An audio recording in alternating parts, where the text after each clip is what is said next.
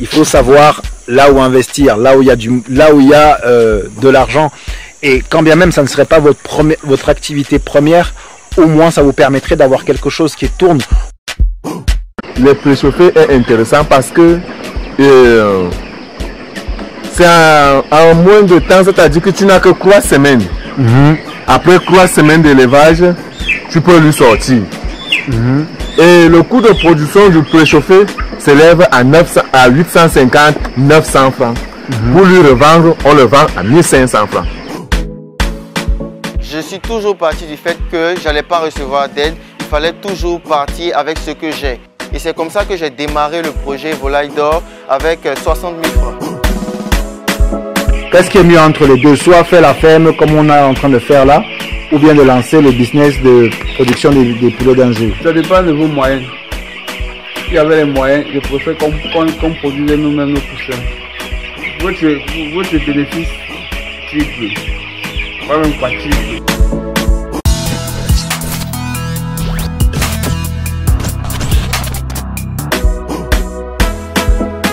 Donc là nous sommes descendus du côté de Ngoumou, près de Yaoundé. Nous avons été sollicités par un de nos clients donc, qui veut lancer une activité avicole. C'est passé.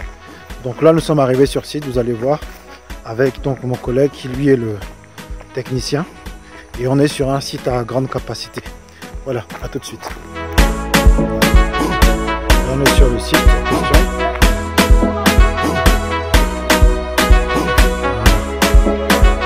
Grosse structure.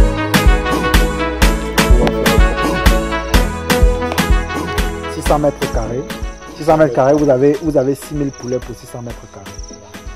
6000 poulets, il faut consommer, c'est ça, je veux dire. 6000 poulets à voir si vous avez prévu, parce que je vois que vous avez prévu des petits stocks pour le stockage de ce côté. Donc ici là c'est le magasin,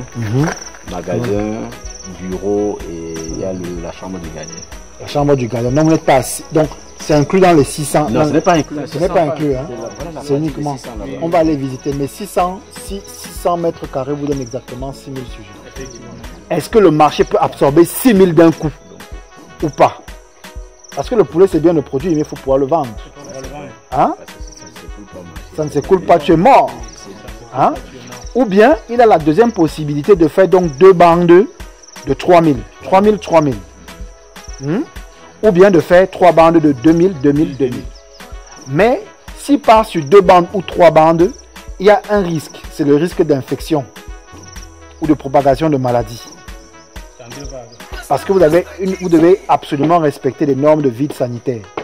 Et quand vous avez fini avec une bande, l'espace doit rester sur repos, on doit désinfecter pendant 2 semaines, 15 jours, avant de relancer sur la partie là. Sauf que si vous n'êtes pas suffisamment bien séparé, cloisonné entre le premier bâtiment et le deuxième bâtiment, s'il y avait l'épidémie ici, ça tombe là-bas.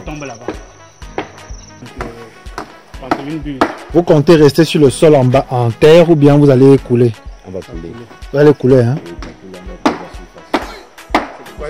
Et pour l'isoler, vous allez procéder comment? On procède avec la poliane. Parce que je ne peux pas faire les doses qu'il faut. Parce que s'il faut faire ce qu'il faut, c'est trop difficile, c'est trop pénible, c'est de l'argent, c'est le dérissonnage. Le dérissonnage, il faut mettre le gravier, le sable, la couche de poliane et même dans le béton. D'accord. Cette fois-ci, comme on n'a pas les gros moyens, on va faire seulement avec le sable Sanaga et de la poliane.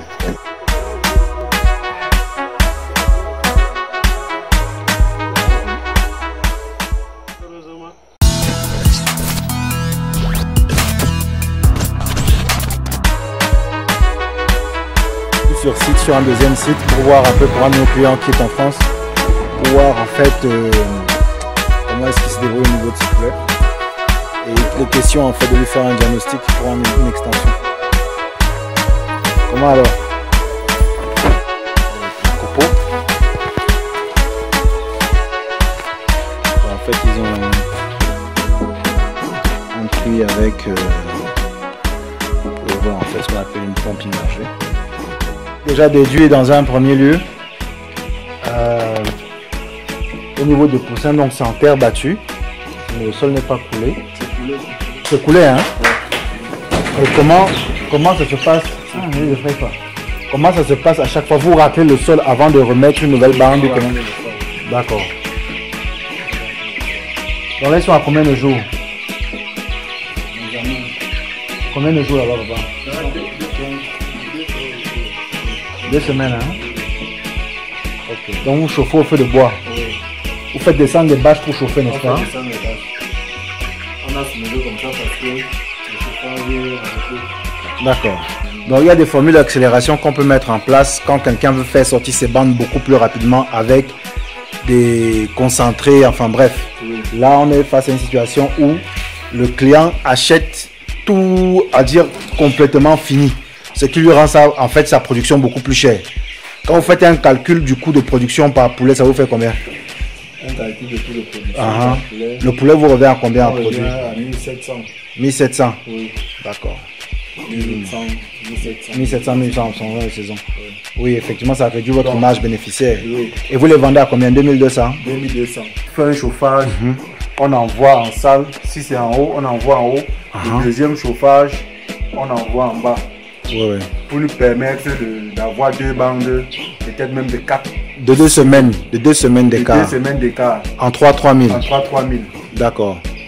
Bon, là. Même si c'est en 2-2 000, on est sûr que en une période, à un décalage d'une semaine, on peut être en train de vendre 4 000 poulets. Bien sûr. En taux de mortalité, c'est quand même moins. À peu près 5%, 6%, 4%. Oui, 5%. 5%. Il n'y a rien à dire. Hein? Quand c'est bien, il faut féliciter. Il n'y a rien à dire. Vous allez étaler les bâches au sol. On étale les bâches et on verse le copeau dessus. D'accord. Comme ça, après chaque production, vous changez une fois. Après chaque production, on soulève juste les bâches.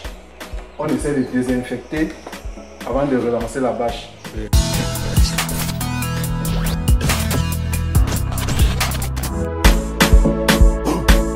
Je voulais savoir, donc parle-nous un peu, donc les poussins sont arrivés il y a combien de jours, comment ça s'est passé? Rapproche-toi un peu, pardon. Ils sont arrivés il y a 7 jours. Donc, il y a 7 jours qu'ils sont arrivés. Tout à fait. Bon, comment s'est passé leur arrivée? Plan qualité, on n'a pas eu de problème. On les a vaccinés. Ce qu'on a rencontré comme difficulté ici, c'est les dépoussements. Ils sont arrivés, il y avait le bois blanc. Le bois blanc, il était la sorte de quand ça allume, ça brûle là. Dès que tu pars te reposer, tout est éteint. Et les poussins ont froid. Il faut les réchauffer. Bon. Donc là, ils boivent bien. Ça fait normal, ils boivent bien. Et ce copeau, on est arrivé ici, les poulets, on les laisse sur le copeau blanc. On est arrivé ici pour avoir le copeau blanc à sa marina, c'est pas facile. C'est dit c'est toxique, on a quand même fait l'effort d'avoir... Le copeau rouge est toxique. Bien même. Beaucoup qui se lancent dans le poulet, dans la production du poulet, mais... Tu peux venir. Beaucoup se lancent dans la production du poulet, mais très peu se lancent dans la production même des poussins d'un jour. Est-ce que tu peux nous parler un peu de ce business? Est-ce que c'est parce que c'est difficile de produire les poussins d'un jour? Qu'est-ce que ça demande en termes de matériaux? Bon, produire le poussin d'un jour est très coûteux. Il faut les incubateurs. Bon, au niveau du montant, moi je sais pas, je sais seulement que c'est trop coûteux. Trop coûteux même. Mais ça rapporte? Ça rapporte beaucoup. Moi j'ai un incubateur d'une capacité de 528 œufs à la maison. Ok. Bon, tous ces derniers temps, comme il y a eu pénurie, je n'ai pas pu avoir les œufs. Donc c'est là. Parce que quand moi j'achète l'œuf secondaire à 250, 300, c'est beaucoup d'avantages. D'accord. Donc, au cas où c'est moi qui les élève encore, donc produire mon poussin est élevé, c'est beaucoup d'avantages. Je l'ai pris qu'à 300 francs ou 200 francs. D'accord. Et les œufs viennent d'où? De Hollande, de Belgique? Les œufs, il y a déjà les Camerounais qui produisent les œufs. D'accord. Pour produire les œufs, il faut avoir des poules pondeuses ou bien c'est quoi? Il faut avoir les parentaux. Ok. Oui, les parentaux ne sont pas les pondeuses. Bon. On les appelle les poules, les reproductrices. D'accord. Oui. Ok, ça marche. Donc, tant que tu as les machines, les incubateurs dont tu parles là, les couveuses, hein, c'est ça?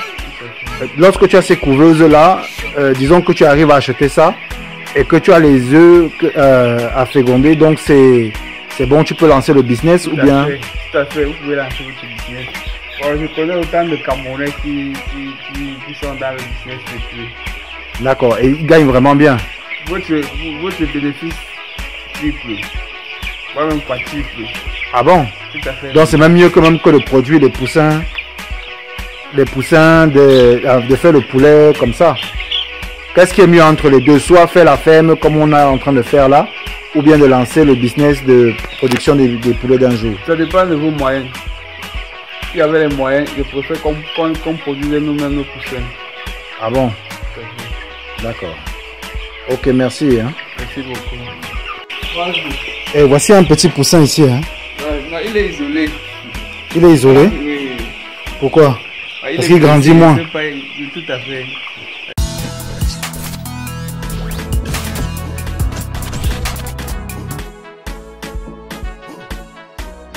Alors toi, tu t'es spécialisé dans le grossissement du poulet, donc le poulet réformé, si je comprends bien. Oui. Parle-nous, ça veut dire quoi le poulet réformé exactement? En réalité, le poulet réformé, c'est un poulet qu'on prend à 40 jours et on fait peut-être une semaine ou 2 semaines avec celui-ci avant que celui-ci n'ait pas remarché. Et le poulet réformé, moi je conseille beaucoup plus aux gens de consommer le poulet réformé parce que le poulet réformé, lorsque je lui prends, je lui donne beaucoup plus de l'eau simple. De l'eau, hein? De l'eau simple. Ok. De l'eau simple. Et ça lave les médicaments, tous les antibiotiques. Et ça éloigne vraiment assez de maladies pour le corps humain. D'accord. Donc on va dire que c'est un poulet qui est beaucoup plus sain. Oui, c'est un poulet qui est beaucoup plus sain. Voilà. En ce qui concerne les préchauffés, lorsque le poussin a 3 jours, il devrait avoir 3 ailes. 3 ailes. Lorsqu'il a déjà 7 jours, il a 10 ailes. Oui. 7 jours. Et maintenant, sa tête est tout jaune. Et les plumes commencent à sortir juste là. Au fur et à mesure qu'il va évoluer, c'est-à-dire que lorsqu'il a déjà 14 jours, une bonne partie de sa tête a déjà une bonne chevelure blanche. Mais la devanture-ci est encore jaune à 14 jours. Le préchauffé est intéressant parce que c'est en moins de temps, c'est-à-dire que tu n'as que 3 semaines. Après 3 semaines d'élevage, tu peux lui sortir. Et le coût de production du préchauffé s'élève à 850-900 francs. Pour lui revendre, on le vend à 1500 francs. On se retrouve avec 600 francs par poulet. Par contre, il y a la demande? Oui, oui, il y a la demande. Par contre, le poulet du premier jour au 45e jour, tu produis ton poulet à 2500. Lorsque tu es même crème méticuleux, tu peux te retrouver peut-être en train de produire à 2400. Parce que ici à Saint-Melima, on importe un peu presque tout. Le maïs, le soja, le concentré. Donc, généralement, on produit le poulet à 2400, 2500. Et on revend peut-être à 2900, 3000. On se retrouve avec 500 francs par poulet. Ok, donc le préchauffé donne plus d'argent. Le préchauffé donne plus d'argent et plus rapide même. On n'a que 3 semaines d'élevage. Et puis on peut s'en débarrasser.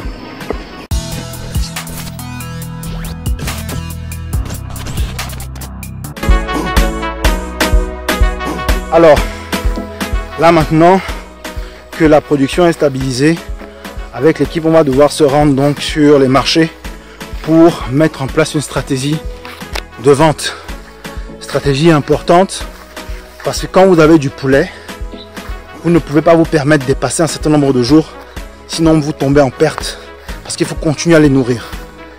Voilà un peu notre activité de ce matin. Nous sommes au marché comme ça.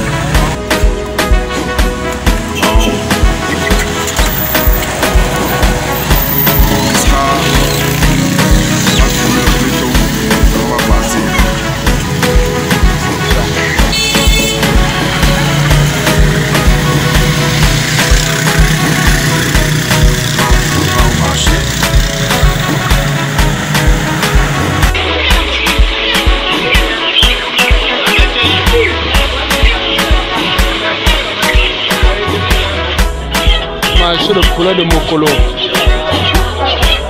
Nous sommes dans le marché comme ça de poulet de Mokolo.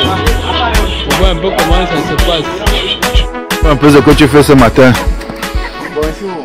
Ah, okay. Bonjour. Comme ça, ils sont en train d'amener mes sujets au marché. Et je suis sûr que comme ça, je vais quitter d'ici, arriver au centre avec mon pouce, parce qu'il n'y a pas besoin d'emprunter la moto. Oui, parce que c'est au niveau des sujets. Ah, d'accord, d'accord. Comme ça, moi, je vais pousser et je vais arriver en deux. Et il y a aussi mes clients du quartier qui sont là, qui vont quand même prendre même 2 sujets là avant d'arriver au centre. Ok, ça marche, du courage. Bonjour à tous. Donc là, c'est le dernier épisode pour notre partie commerciale, documentaire sur la partie commerciale pour les poulets.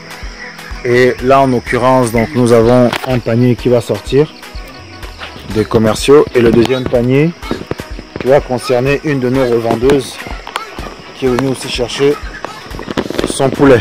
Ok. Donc là, ce que j'ai fait en fait, c'est une confrontation des différentes équipes. On a donc Atangana de son côté qui lui est chargé de la partie commerciale. Oui, bonjour. Bonjour. Bon, dis-nous un peu les calculs de la comptabilité là. Ok. Depuis la semaine passée, je parle comme ça de vendredi. Oui, l'équipe et moi, on a fait la descente sur le terrain. Bon, on s'est battu, on s'est vraiment combattu comme des guerriers. Et on a fait le peu qu'on faisait, mais c'est pas encore la fin, puisqu'on continue toujours le boulot. Alors, au niveau donc de nombre vendu, nous sommes déjà à 368 poulets vendus. 368 poulets vendus. Oui, oui. Alors, au niveau des morts, bon, on a déjà eu jusqu'à 9 morts à cause de l'étouffement, la chaleur, vous me connaissez. Voilà. Au niveau donc des dépenses faites, le transport, la mairie a fait, l'autre a fait. Donc nous sommes à 88 000. Oui, les dépenses. Ok. Et n'oublions pas aussi les salaires des ouvriers autres. Alors au total donc à la caisse nous avions donc 1 million. Pour notre première sortie, je peux dire qu'au vu des conditions du terrain, on a dû s'adapter et c'était pas mauvais. Au contraire, ça promet même. Nous sommes allés sur la base de 3300. On a pu vendre 7 poulets à 3200, 5 poulets aussi à 3200. Et j'ai fait 2 derniers poulets à 3000. Donc ça fait qu'en tout nous avons 12 poulets à raison de 3200 et 2 poulets à raison de 3000. D'accord, ça marche, merci. Moi je me nomme Zang Apollinaire William Yannick. Et je reviens un peu sur le cas du marché. Mais l'équipier et moi, ils ont presque tout dit. Donc la seule chose que je n'ai pas ajouté sur ça, c'est que c'est à nous. La balle est dans notre camp. N'est-ce pas? De 3000. N'est-ce pas hein? Oui. Mais tu vois comment, toi tu es optimiste, c'était comment aujourd'hui les impressions, qu'est-ce que les clients disaient? Bon, pour les clients ça a été vraiment difficile. Certains se sont plaints que les poulets sont petits, les poulets, bon ça ne manque pas. Dans le marché, ça ne manque pas, mais au niveau de 3000, je pense que ça peut donner un palais très vite. Ok, merci à toi. Dis-nous. Bonsoir à tous. Bon, on a fait sortir 100, ça fait 145 sont sortis. Il y a une dame qui est venue prendre 100. Elle a dit qu'elle revenait encore prendre 100. Ils sont partis avec 45, ils sont rentrés avec 26. Est-ce que toi, ta ferme ici, là, on a eu quand même la diarrhée blanche, c'est fini, c'est comment? Non, on est encore en train de soigner ça. Qu'est-ce qui se passe même? Pourquoi il y a des difficultés comme ça? Je ne sais vraiment pas. Ça arrive quand même dans les élevages. Ce qui dérange beaucoup plus, ce sont les copeaux. Les copeaux, hein? Ramasser les copeaux, ça peut 3 jours. L'enfant est rentré, madame? Oui, Tu sais que dès que les trucs se vident, tu dois prendre tes vacances, non? Je voulais, tu prends tes vacances. Le temps que ça, on fasse le vide, tu leur montres comment on fait le vide sanitaire et on va tourner comme ça. Bon, il n'y a rien à signaler à part ça. Il n'y a plus rien, donc les 2 bandes vont passer. Je vous assure que les prochaines bandes seront très bien à venir. On a trop, puisqu'on s'adapte aussi aux conditions d'élevage d'ici. C'est ça, c'est ça. Ok, merci. Hein.